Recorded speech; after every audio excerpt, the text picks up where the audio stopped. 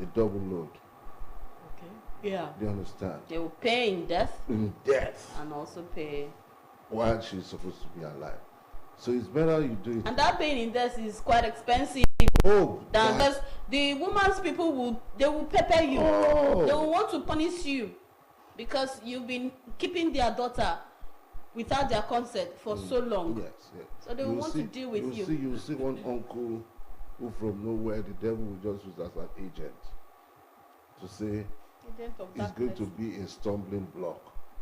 Either he's been that type who has been envying you over the years, you know, that probably you are better off than him, and it's okay.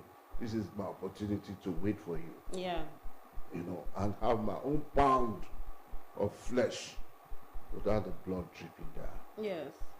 You know, so it is important as we celebrate the World Marriage Day. Yes. You see that we do the needful. But you see, marriage again, if you ask me, it's like a castle.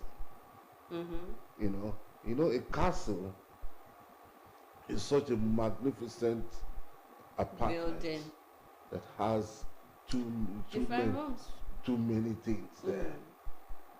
You know, a lot of people want to go into the castle, and a lot of people also want to come out of the castle.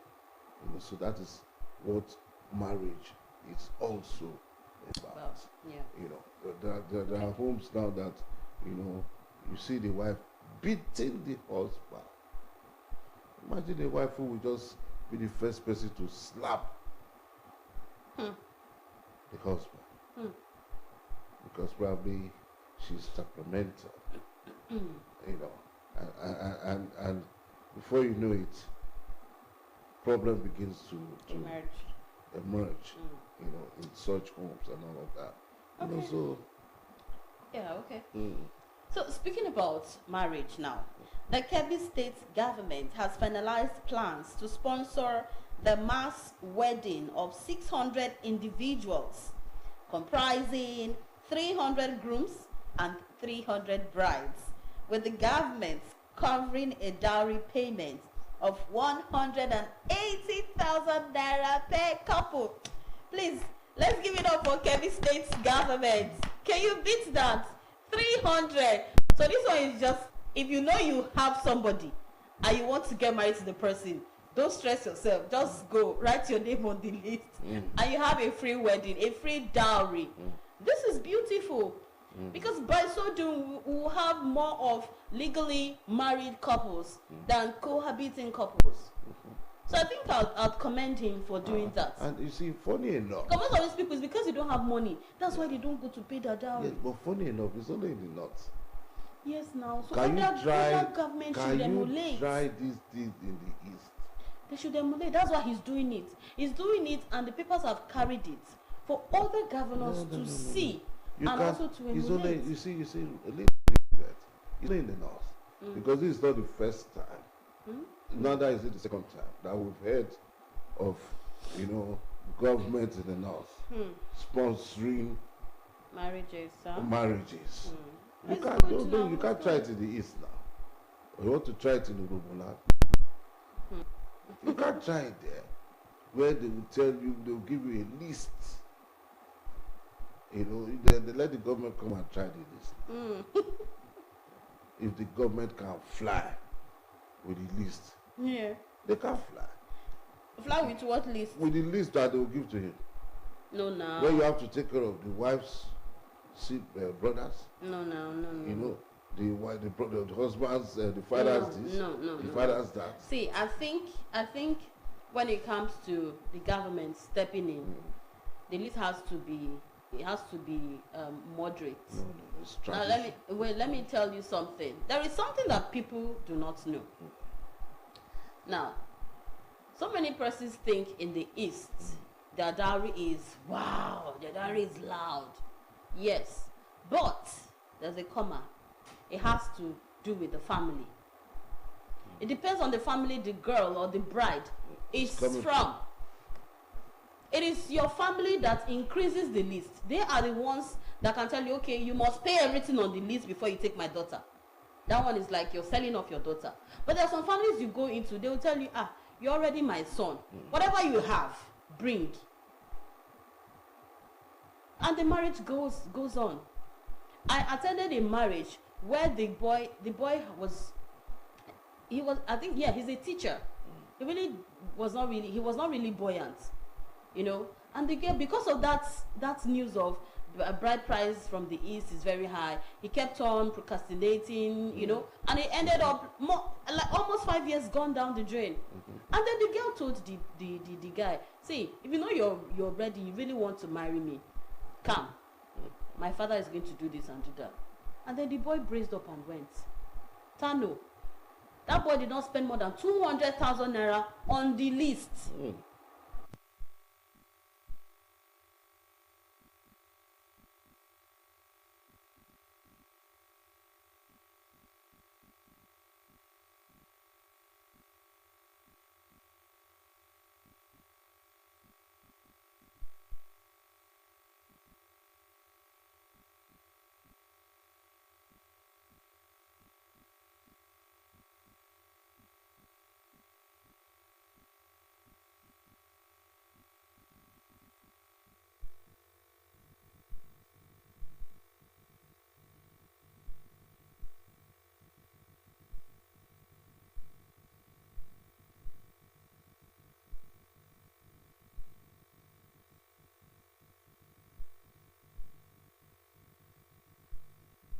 The boy say no one marry again. Yes, sir. They don't build the guy. Nah. They just they collect. Ibanku. The guy discharge you. Of course. Hey, producer. Of course he will discharge, but at the end of the day, I'm sure they will call the guy. They will just tell the girl, go and meet.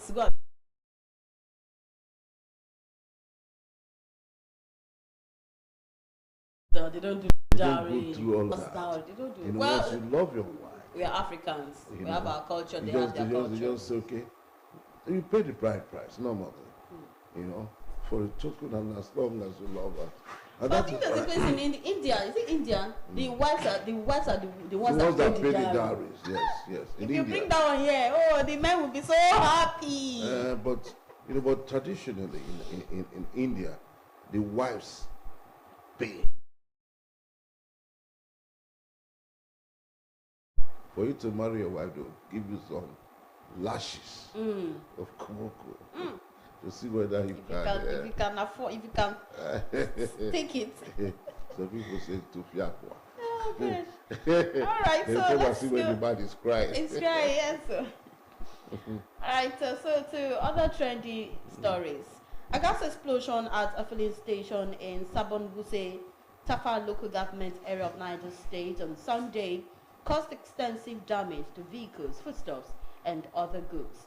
This is another gas explosion. This incident comes barely a month after a petroleum tanker explosion at Diko Junction on the Abuja-Kaduna Express in the same state.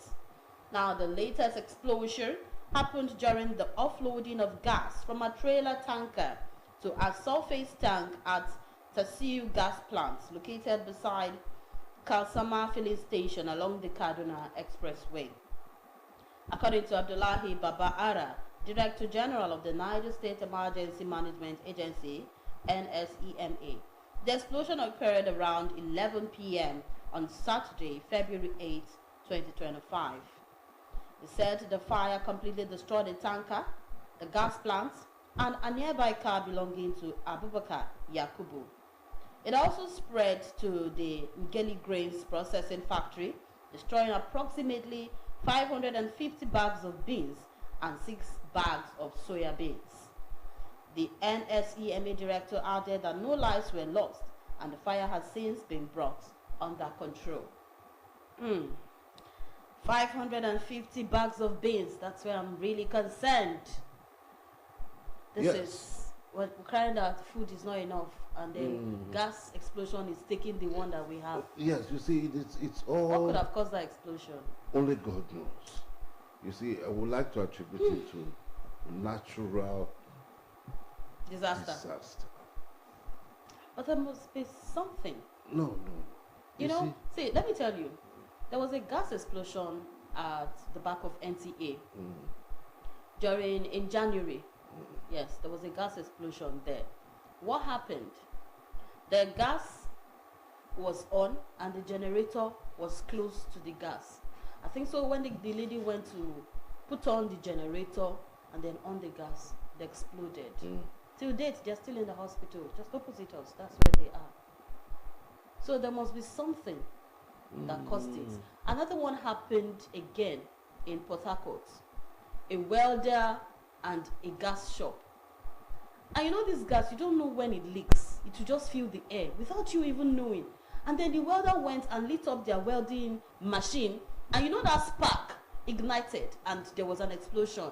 It was disastrous because the man in question that had the gas stuff, the gas shop, he died. His children were inside the shop. He was outside. So when this gas stuff exploded, he ran in to help the children, whom the fire had already started burning. And in that process, he got caught up in the fire. And then he walked his way to the hospital. But when he got to the hospital, he fell on the floor. And that was how he gave up. Yes. So something must have caused it. No, you see, like... maybe too much pressure. No, not pressure. It has been destined by nature. Yeah. You understand, you know, and that brings us to the simple fact that, you know, our safety measures should be strictly adhered to, because ordinarily you shouldn't have a gas shop in a residential area. Where in a residential area, what, and close to a welder. You know, because you see, there's no cynetic relationship. People really do not think. You know, and I heard they've been telling that welder to move his shop from there, from that gas area, but he refused. And nothing happened to the welder, just a little scratch. You know, a gas shop should be isolated in all totality, you know, from any form of spark. Do you understand? Because a gas accident, you don't recover, you don't survive it. You understand? You know, so probably when they were citing that business, they did carry out, I wouldn't say they did carry out a proper feasibility, but ordinarily, you know, there's no kinetic relationship between a welder's shop and a gas shop. You understand? One should leave for the other to occupy. The gas was not even supposed to be there because there are other shops there. So the gas should be in an isolated place. Yes, where only him exists. Where only him. But the fact that you are selling an inflammable shouldn't be where people you should be isolated. Yeah. You see, I wouldn't say whether I wouldn't want to say whether it's technology or advancement and all of this. You know, girls growing up, gas shops were not predominantly located within the vicinity of other types of businesses. They were restricted. You understand? It's either you are selling your gas in your filling station and there. But within the ambit of where people reside, you know. Especially residential areas. Because anything can spark. Anything can spark. Electricity can spark. You understand? You know, so you should be isolated from, you know, where other regular types of businesses exist. You know, but some people just wake up overnight and say, I want to go and own a gas shop. Probably they feel that, you make more money and all of that, and begin to operate it from a private perspective. But ordinarily, you know, those who even regulate the industry should say no. For you to own your own gas shop, you should keep a distance from where other regular businesses thrive. Correct. You know. You're correct. Oh, it's rather unfortunate. Yeah, it is. It's really unfortunate. So, manufacturers and businesses have expressed concern over the hike in tariffs by the Nigerian Ports Authority (NPA) and the Nigerian Customs Service, NCS, warning that such a hike could further raise inflation. Now, barely 48 hours after the NCS commenced the implementation of a 4% rise in comprehensive import supervision scheme, the federal government, through the NPA on Thursday, slammed a 15% hike in tariffs. Following the announcement, the organized private sector same day expressed concern over the move, warning of the dire consequences at a time businesses were struggling. Now, the NCS had on Tuesday announced the introduction of the 4% CISS charge, which was rejected by freight forwarders. Although the NCS later said it would carry out an extensive sensitization of stakeholders, freight forwarders had vowed to protest the rise. When anything increases or there's a rise in any commodity or any tariff hike, the next thing people think about is protest. But I think we should have that at the back of our mind, that gone are those days when protests actually do work. Yes. Because people increasing this side, they'll say after the protest and everything will go back to normal. But still doesn't. It's because we don't have a proper regulatory system. You understand? If not for you to have any increase at all by a tariff, there should be a kind of pre-information. Do you understand? To say, okay, there's nothing wrong in the 6 months pre-information. That, by XYZ period, we are going to have an increase. And you explain why the increase. Because obviously you cannot be at a particular point all the day of your life. Do you understand? Yeah. You can't be at a particular spot and say, no, this thing is sold at 1 naira and it must be 1 naira. No. There's what you call change, which is constant. Constant, yeah. Do you understand? Yeah. Either as a result of increase in materials. Yes. So as a result of that, our extant customers, we are sorry, we are going to be having a slight increase. Do you understand? So if we do a 6 month sensitization, there's nothing wrong with that. But you see, when you just say, no, I just increase price today, say, no, we're going to go on protest now. There should have been a sensitization to that effect that by XYZ time, we're going to have a change in our price. And your customers begin to wait and expect that time. And they just naturally, go into it seamlessly and don't feel the pinch at all. So. Yeah, you're right. Okay, so that's it.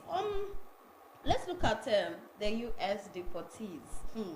Donald Trump. The man is not here to take. He's not here he's not here to joke at all. Now, the federal government has expressed its readiness to receive Nigerians affected by the deportation order of the United States President, Mr. Donald Trump, and reintegrate them into society. Minister of Interior, Honorable Olubunmi Tunji-Ojo, spoke for the government, told newsmen that about 3,690 Nigerians in the United States were faced with deportation as President Trump begins a crackdown on illegal immigrants in the country. Now, he said the country was ready to assist them to settle, as well as reunite them with their families and loved ones. The minister also added that the federal government has also secured a facility at the airport in Lagos in which to treat some deportees discovered to be suffering from mental fatigue and depression. And of course, yes, some of them will be depressed, probably because what they expected when they went over there isn't what they were met with. So depression will definitely set in. And now Donald Trump has deported 3,690. That's a whole lot. Close to 4,000. Close to 4,000 coming back. So these people were just there as immigrants. No papers, probably no job or doing menial jobs. Some of them living on the street, because I heard that some of them live on the streets. So why not come back to your hometown? America. And start your life. America is gold. Everything around America is gold. They don't want people loitering around. Yeah, they don't want people loitering around. And you see, a lot of Nigerians going there without having their proper documentation. Documentation, yes. Do you understand? Some pay agents who do a fake paper for them. But for the agent, but for you to get to America, the agent, because you must have been cleared at the airport. No, you know some go through kind ways. You don't know. Okay, there are ways to go. Some you are correct. You are correct, though. You are actually correct, because it's not everybody that goes to the airport. Yes. So go through the Nicodemus way again. I'd like to bring you the Nicodemus way, because they go in silent like a thief in the night. Oh, yes.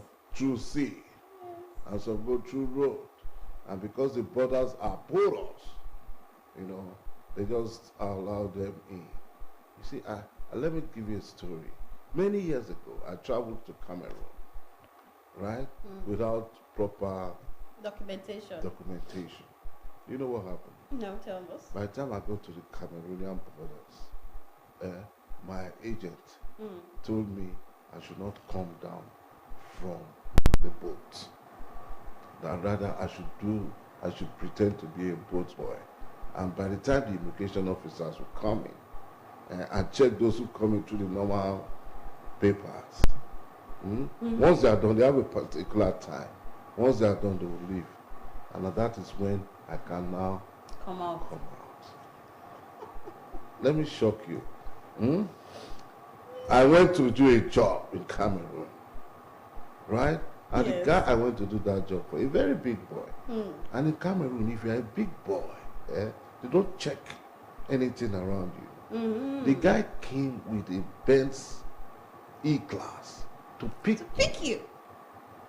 Do you understand? Okay. And from where he picked me to Yaoundé, I saw over 30 checkpoints, and I shocked you a little bit. For the fact that I was in an E-Class.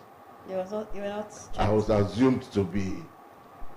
And when I got to Cameroon, I won't come out in the daytime. I only come out at night. Ha. Because then the police would have stopped checking. And that was how I stayed in Cameroon for about 3 months. 3 months, no coming out. No. I will come out, But when I want to come out, it's my clients that would bring you out, pick me out. I won't come out on my own. You can't come out on your own. I won't come out on my own. My client will come pick me, and once I'm in his car, nobody questions. Yes. So, and that was how I executed the job. I went to do a signage. Okay. And I did the job. I was accommodated in a hotel. Well, this 5-star hotel. And when I finished the job, I came back to Nigeria. So there are cases like that. A lot of people moving to countries without proper documentation and all of that. But me, I wouldn't go to America without proper documentation. I can't even take that risk. So we're not surprised that Donald Trump has smoked them out. And they are going to be deported. And within this short period that he came into office, he has smoked out 3,000 and... No, that's only for Nigeria. You don't know of other countries. Yes, that's only for Nigeria. Yeah. No, because Donald Trump came smoking. And you understand?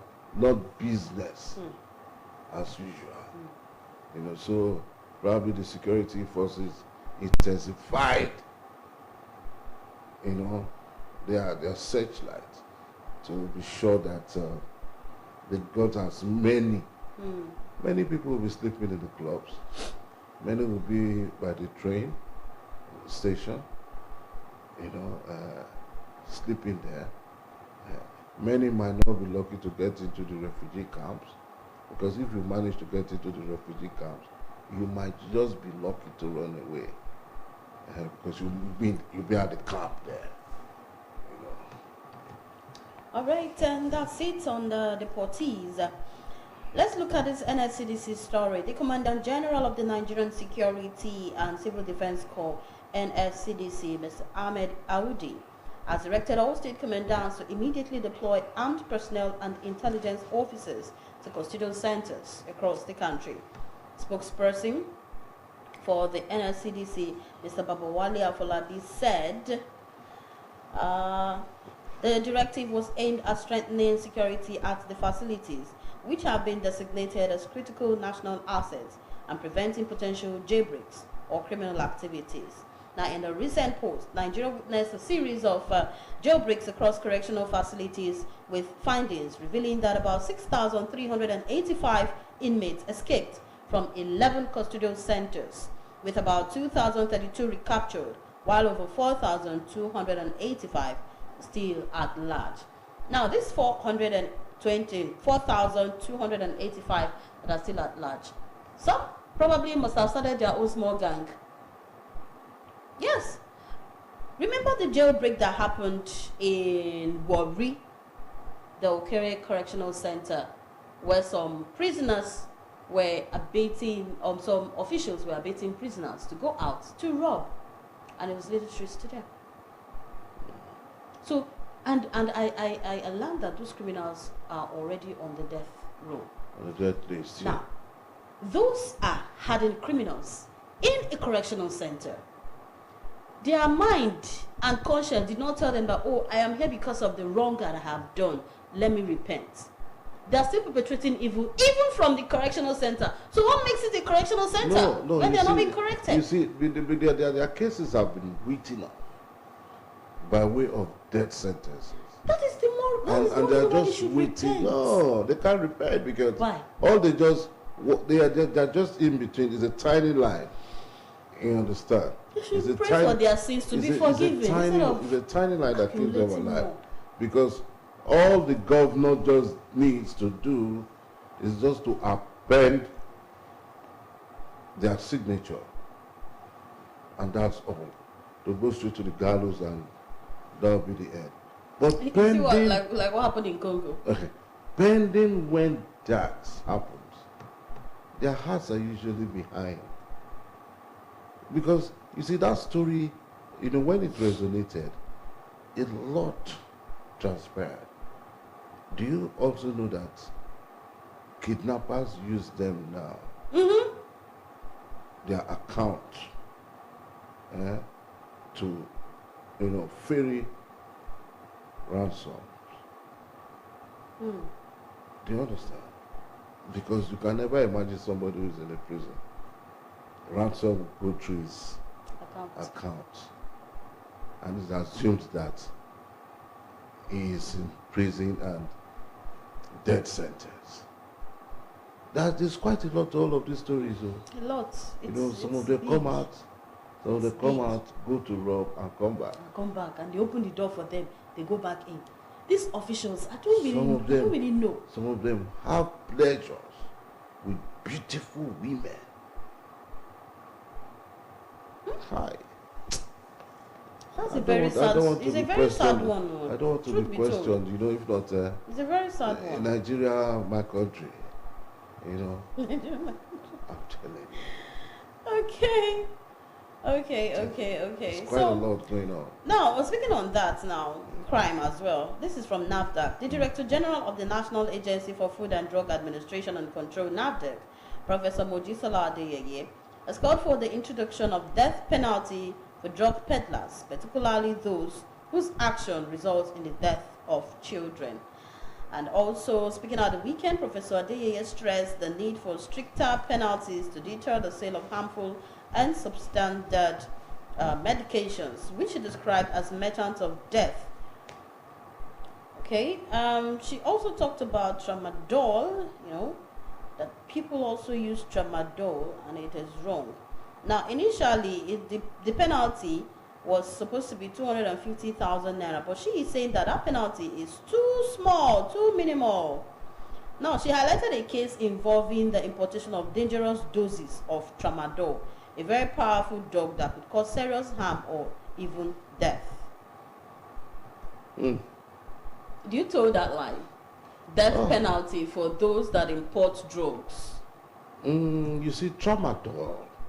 Not only tramadol. Yes. We have so many drugs. Yes, you see, the truth be told, because of the perilous times that we're going through. I speak to you, Lilibet, that 55 to 60% of human beings are on drugs. And I want to be economical with my percentage. Yeah, sure. Let's go to the universities, for example. We all went through the system. In the university system, right, 70% of the students are on drugs. Well, I want to break it down. Where you have, in the cult groups, for example, where you have cult groups, various cult groups from pirates to Buccaneers to Black Hats, to Mafites to Ayer to Vikings. To all their names, yes. Right? Do you know that 70% or 80% of their members are on drugs? Yeah. Yeah. Do you understand? So what are we talking about? You're correct. And once you equate them to the normal numerical strength of the students on campus, right? You know that 60% of Nigerian students now come there. Go to Anthony, go to Oshodi, go to Boladi. You want to name all of them? I cannot mention them. They understand? Yeah. Coming down to Asaba here. Yes. Before now in Asaba, you just had a pocket of them in their villages. But now, go to, what's it called? There's a place on Ofanam Road, right?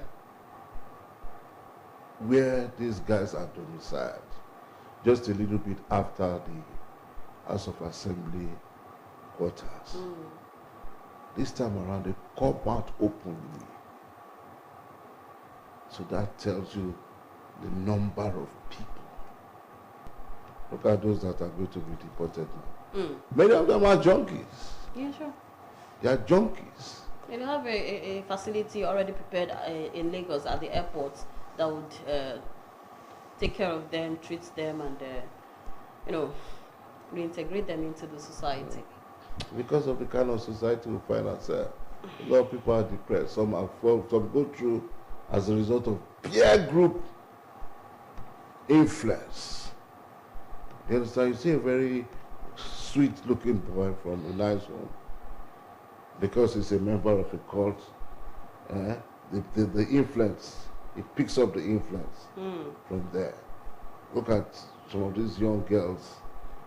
It's not only for male. Yes. There are also women too who are also junkies. Yes, the women are even taking over. Do you understand? Who are junkies.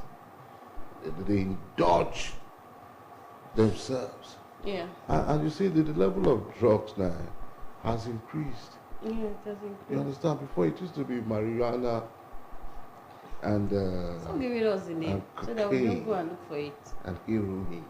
Stop but giving, now it has grown. Stop giving people the name. You have cloud. Thank you so much, Tano.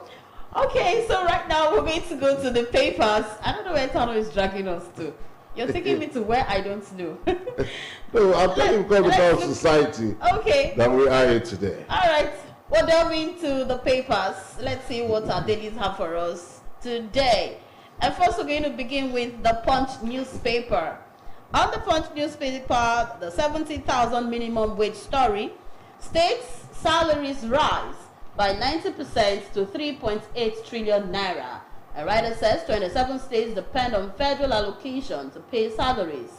Plan 6.259 trillion naira IGR. Freed 5 nations held captive in Gaza return home. Beautiful, and that's a photo speak there. Drug couriers excrete 125 heroin wraps at Lagos and Port Harcourt airports. Okay, they should keep excreting. Kwankwaso wooing Aregbesola to get Southwest votes. Rivers community deserted as cultists kill 19 residents. 19. They just want to finish the people in this. I don't understand. This cult and the rivals. FBN Holdings stock gains 17.65%. Emerges best performing tier 1 bank. We have this from Autumn and others. Why we won't appear before Ikimi panel. Alright. At the top strip, we have no leader can be effective without stepping on toes.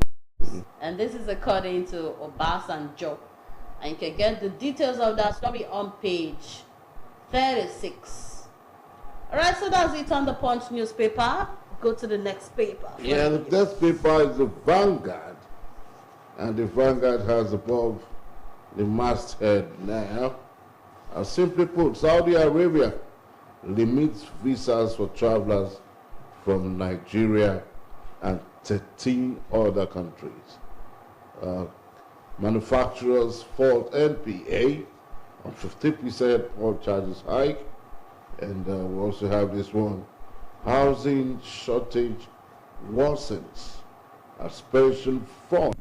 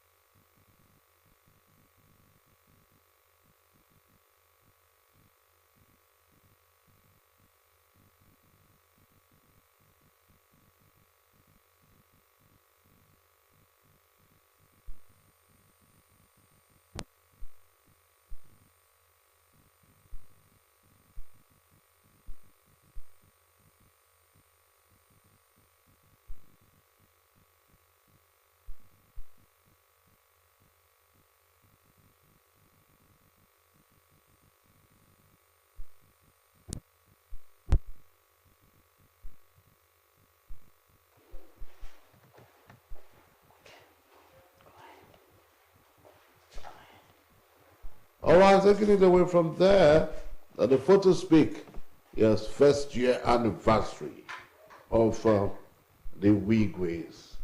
Oh, how time really flies.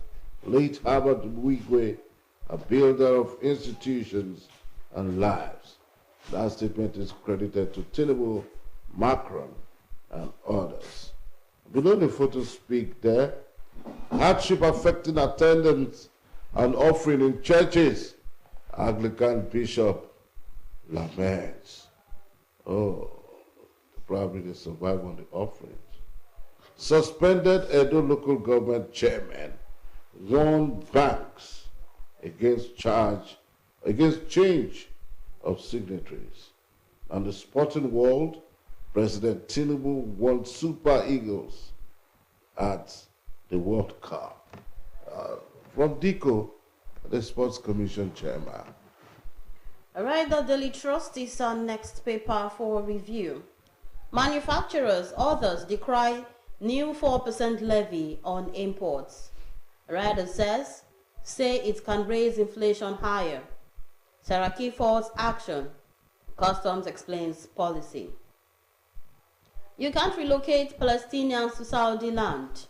Arab nations tell Netanyahu. Cashless payments. Commuters protest delay at Kefi Akwanga Road toll gate. How I lost 6 family members to kidney disease. And this according to Yobe LG chair. The bottom strip will have vehicles, properties burnt as gas station explodes in Niger. 2 drug loads excrete 125 heroin wraps at Lagos, Port Harcourt airports. Naira strengthens by 45 naira against dollar. And finally, we have real estate sector to hit 2 trillion naira in 2025. And this is according to the federal government. That's it on the Daily Trust. That's good news. So me, the Guardian newspaper is the next paper for review. FB Health Holdings emerges best performing Tier 1 bank with 17.65% gains. And below the masthead there, a man Necker, one of MPA customer charges and impact on business Nigerians. Okay, we also have snakes, monkeys, others must not swallow 1.07 billion naira health budget. Atiku wants. Okay, all right, quickly. Why some leaders suffer withdrawal syndrome after leaving office? That statement is credited to Fayemi, a one-time governor of Ekiti State. 107 days of blackout. Patients, caregivers, desert, University College Hospital, wards at health services decline. That's UCH Ibadan. 107 days of blackout. That is colossal for me, if you ask. Police heed court ruling to reabsorb retired officers. Serap sues Tinubu and the Accountant General of the Federation over alleged 167 billion naira fraud by contractors. Development equity concerns fuel controversy over proposed state. All right, let's see how all of that runs out. The photo speak there, the Wigways 1 year after, and the official signing of the signing of the IFC investment in Lagos Free Zone over the weekend. That's it from the Guardian newspaper. Our next paper is the Daily Independent. Report predicts price stabilization amid record high food inflation. And that's a screaming story on the Daily Independent. The top strip, 167 billion naira MDA scam. Serap sues Tinubu for not prosecuting contractors. Health sectors, $1.7 billion must not be swallowed by snakes, monkeys, Atiku wants. Sam Nujoma Nambia's first president dies at 95, okay? May his soul rest in peace. NECA offers panacea to unemployment crisis, and this is on page 29. On page 6, Nigeria, Israel, Mall Joint Commission dialogue. PDP crisis. Any member who disobeys BOT will be thrown out, and this is according to Body George. Details on page 7. FCCPC excited as court affirms regulatory authority in telecoms sector. And the bottom strip will have one who kills through fake drug deserves death penalty. And this is according to NAFDAC DG. Details on page 29. And that's it on the Daily Independent this morning. All right, our next paper for review is the Nigerian Tribune. He has above the masthead, NECA rejects new customs levy, warns it will further impoverish Nigerians. Our federal government steps into power outage crisis at UCH. Power Minister Ividek MD visit hospital today. Patients not bringing generators to power wards. That was the speculations.